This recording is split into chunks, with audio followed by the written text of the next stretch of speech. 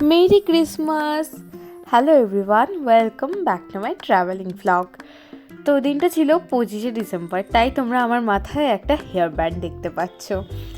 তো আগের ভ্লগেই তোমরা দেখেছো আমরা কোয়েম্বাটুরে ছিলাম। আজকে আমরা কোয়েম্বাটুর থেকে উটির উদ্দেশ্যে বেরিয়ে পড়েছি।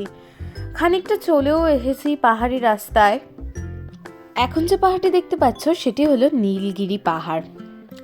নীলগিরি পাহাড় দক্ষিণ ভারতের পশ্চিমঘাট পর্বতমালার একটি অংশ এবং উটি পাহাড়ের রানী বা কুইন অফ হিল স্টেশনস নামে পরিচিত।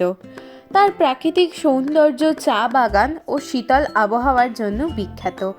এখানকার মনোরম জলবায়ু ও প্রাকৃতিক সৌন্দর্য পর্যটকদের আকর্ষণ করে।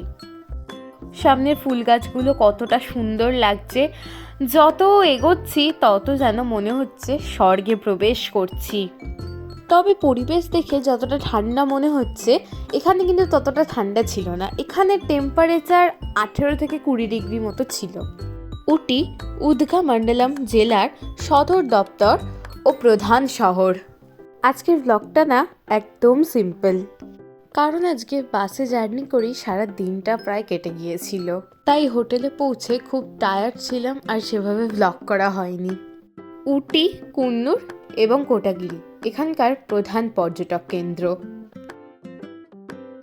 দেখো এখান থেকে ভিউটা কতটা সুন্দর লাগছে।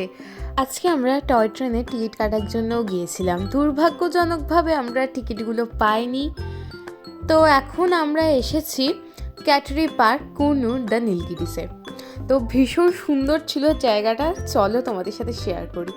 দেখো জাস্ট ভিউটা কতটা সুন্দর লাগছে। তো নিচে যাব, নিচে গিয়েও তোমাদের সাথে শেয়ার করেছি যতটা পেরেছি। অ্যাকচুয়ালি ওখানে গিয়ে খুব বেশি ভিডিও করা হয়নি, কারণ ওখানকার ভিউগুলো এত সুন্দর ছিল, ফটো ভিডিও তুলতে তুলতেই মানে কি বলবো, আর পরিবেশের খুব বেশি ভিডিও করা হয়নি। যতটুকু করেছি তোমাদের সাথে শেয়ার করেছি।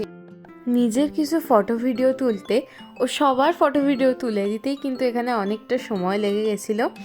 তাই আমাদের স্টেশনে পৌঁছাতেও দেরি হয়ে গেছিলো, আমরা টয় ট্রেনের টিকিটও পাইনি। এখান থেকে বেরিয়ে বাসে উঠেই কিন্তু আজকের দিনের শেষ ক্লিপটা নেওয়া হয়েছিল। তাই আগেই বলেছি যে এই ব্লগটা একটু বেশি ছোট। So that's it for today, tata.